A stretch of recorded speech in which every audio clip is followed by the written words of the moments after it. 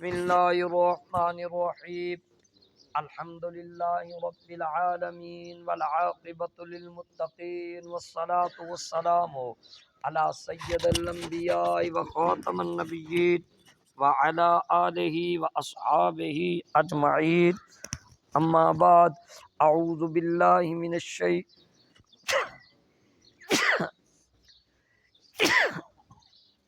اعوذ باللہ من الشیطان الرجیم. بسم اللہ الرحمن الرحیم.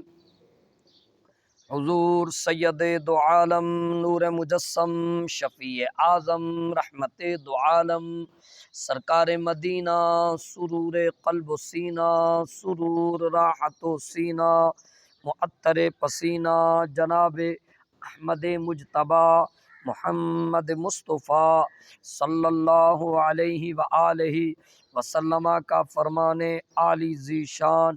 میرے آقا فرمایا قیامت کے دن تین قسم کے لوگ اللہ پاک کے عرش عظیم کے سائے کے نیچے ہوں گے. فرمایا پہلا وہ شخص جس نے ہماری کسی سنت کو زندہ کیا ہوگا، ایسا شخص بھی اللہ پاک کے عرش عظیم کے سائے کے نیچے ہوگا. فرمایا جس شخص نے ہمارے کسی غم زدہ پریشان حال امتی کی پریشانی کو حل کیا ہوگا، حل کرنے کا سبب بنا ہوگا، فرمایا اللہ پاک ایسے شخص کو بھی اپنے عرش کا سایہ عطا فرمائے گا.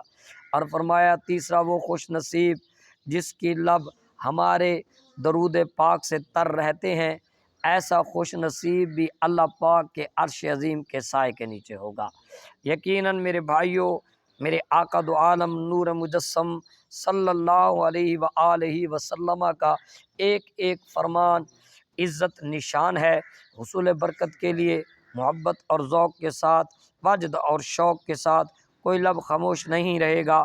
سارے بھائی مل کے بلند آواز سے پڑھ دیجئے اللہم صلی علی سیدنا و مولانا محمد وعلی آل سیدنا و مولانا محمد وبارک وسلم وصلو علیہ. اللہ پاک اپنے پاک کلام میں ارشاد فرمایا. آج ہم سورۃ التوبہ کی آیت نمبر 48 کو تلاوت کرنا شروع کریں گے. تمام حضرات سورۃ التوبہ آیت نمبر 48 جو کلام اللہ شریف آپ کے پاس موجود ہے، صفحہ نمبر 207ویں لائن دے اندر آیت پاک شروع تھی نہیں پئی ہے. اللہ پاک فرمایا بسم اللہ الرحمن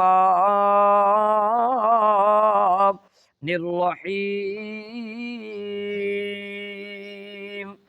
لقد ابتغوا الفتنة من قبل وقلبوا لك الأمور حتى جاء الحق وظهر أمر الله وهم كارهون. ومنهم من يقول ائذن لي ولا تفتني ألا في الفتنة سقطوا وإن جهنم لمحيطة بالكافرين.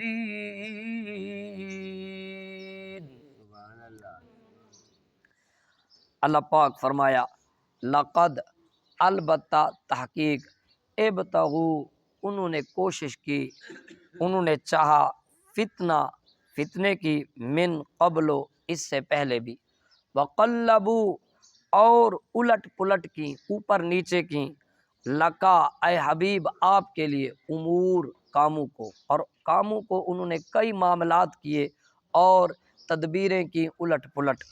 حتیٰ کہ جا الحق، جا معنی آ گیا، حق وظہر اور غالب آ گیا، امر اللہ اللہ کا حکم، وہم اور وہ کارہون ناپسند کرنے والے ہی ہیں، ومنہم اور ان میں سے من جو کوئی یقولو وہ کہتا ہے اذن لی مجھے اجازت دیجئے، مجھے رخصت دیجئے جہاد سے، ولا تفتنی اور مجھے فتنے میں مبتلا نہ کیجیے۔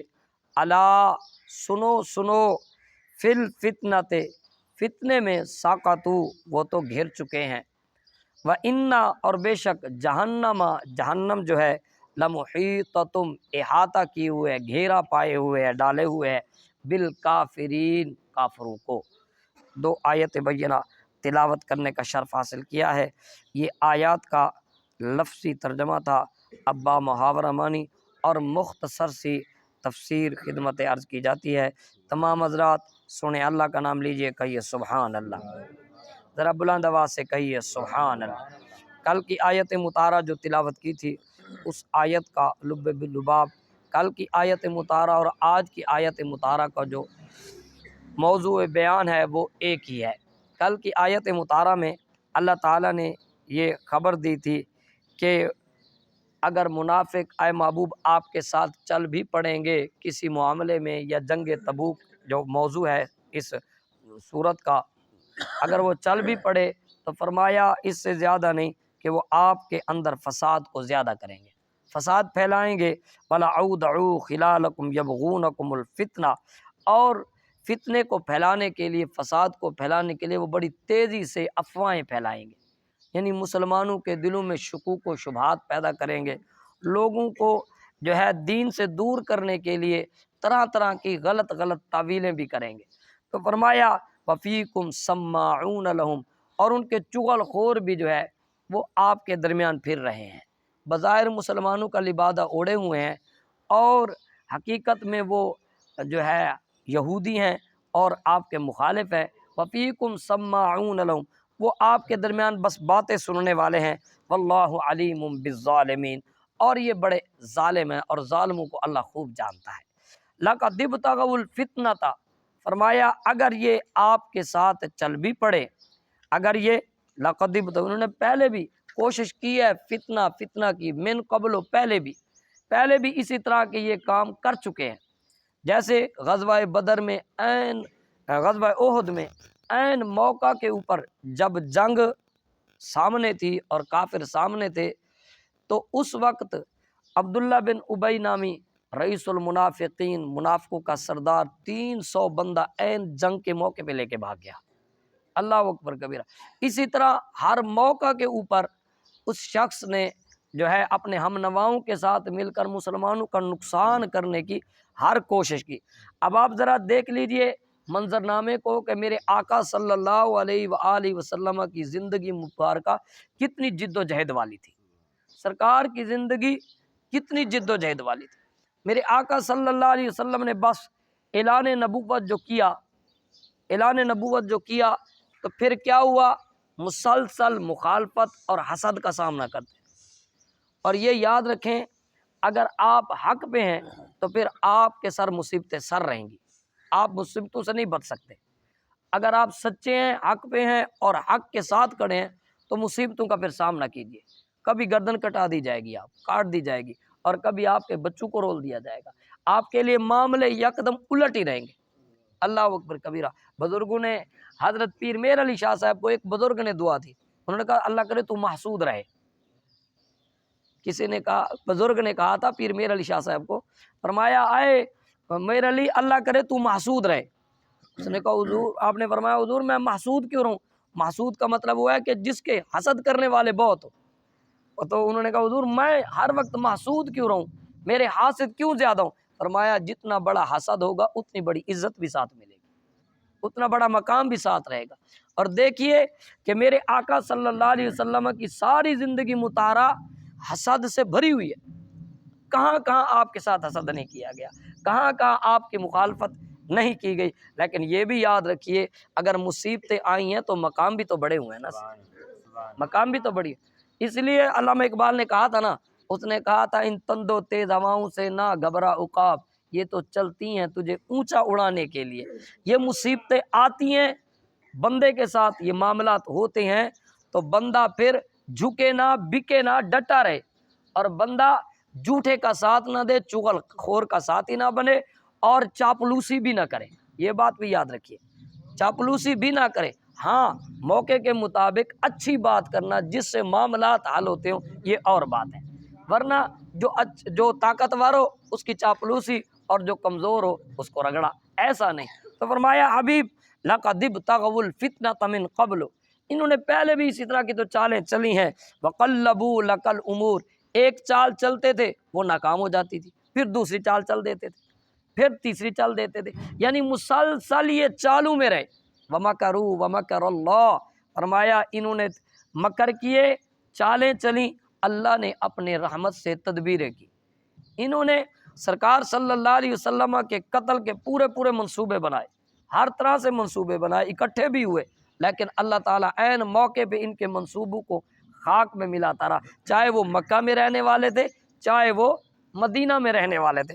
فرمایا حتی جاء الحق وظہر امر اللہ، فرمایا حق آیا اور چھایا، حق آیا اور چھایا، وظہر امر اللہ، اللہ کا حکم پورا ہو گیا۔ نوجوانوں یہاں سے ہمیں ایک سبق ملتا ہے، زندگی میں بہت سے نشیب و فراز آئیں گے، بزرگ تو جو بیٹھے ہیں وہ تو بہتر جانتے ہیں ان باتوں کو کہ کتنے نشیب و فراز آتے ہیں، کتنی مرتبہ انسان یوں سمجھتا ہے کہ اب میں اس ظلم کی کھائی میں گر جاؤں گا اور میں اب بچنے والا نہیں ہوں، لیکن جب بندہ اللہ کے ساتھ لو مضبوط لگا لے تو اللہ تعالیٰ کوئی نہ کوئی راستہ بنا دیتا ہے۔ لگتا یہ ہے کہ بس اب میں تباہ ہوا، اب میں ختم ہوا، اب میرا کوئی بچانے والا مجھے نہیں، اللہ فرماتا ہے اگر تم میرے ساتھ جڑا رہے گا تو پھر میں تجھے بچا لوں گا، اور اللہ بچا بھی لیتا ہے۔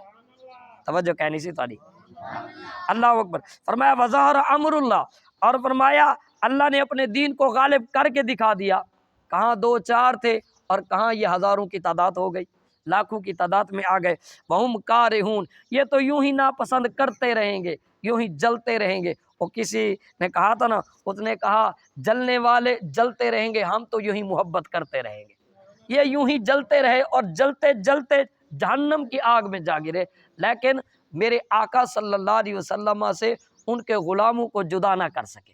اللہ اکبر۔ وَمِنْهُمْ مَنْ يَقُولُ ذَلِّ وَلَا تَفْتِنِّي، فرمایا اور ان میں سے کوئی ہے جو کہتا ہے اِذْنِ لِي، مجھے اجازت دیجیے، رخصت دیجیے، میں جنگ تبوک پہ نہیں جانے والا، میری مجبوریاں ہیں، میں فلاں ہوں۔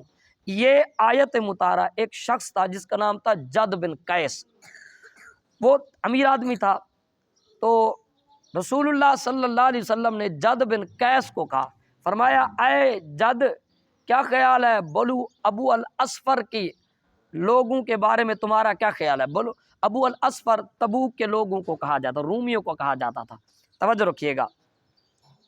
اور ابو الاسفر اس طرح سے تھا کہ وہاں کی عورتیں جو تھی وہ بڑی خوبصورت تھیں، بڑے مالدار بھی تھے، اور رومی ویسے بھی طاقتور بھی تھے، اور اس کے ساتھ وہاں کی عورتیں خوبصورت بھی تھیں۔ تو رسول اللہ صلی اللہ علیہ وسلم نے جد کو فرمایا اے جد، ابو الاسفر کی علاقہ تمہارے لیے کیسا؟ تو اس نے اپنی خباثت کا اظہار کر دیا، توجہ نہیں ہے یار تمہاری، اس نے کہا جی اے اللہ کے نبی، آپ کو پتہ ہے میں عورتوں کا شیدائی ہوں، مجھے عورتیں بڑی پسند ہیں، تو میں اگر آپ کے ساتھ جاؤں گا تو ہو سکتا ہے پھر میں عورتوں کے اوپر فریفتہ ہو جاؤں، اور پھر ہو سکتا ہے مجھ سے کوئی گناہ سرزد ہو جائے، لہٰذا یہ اس کی ایک لاجک تھی، اس نے بیان کی۔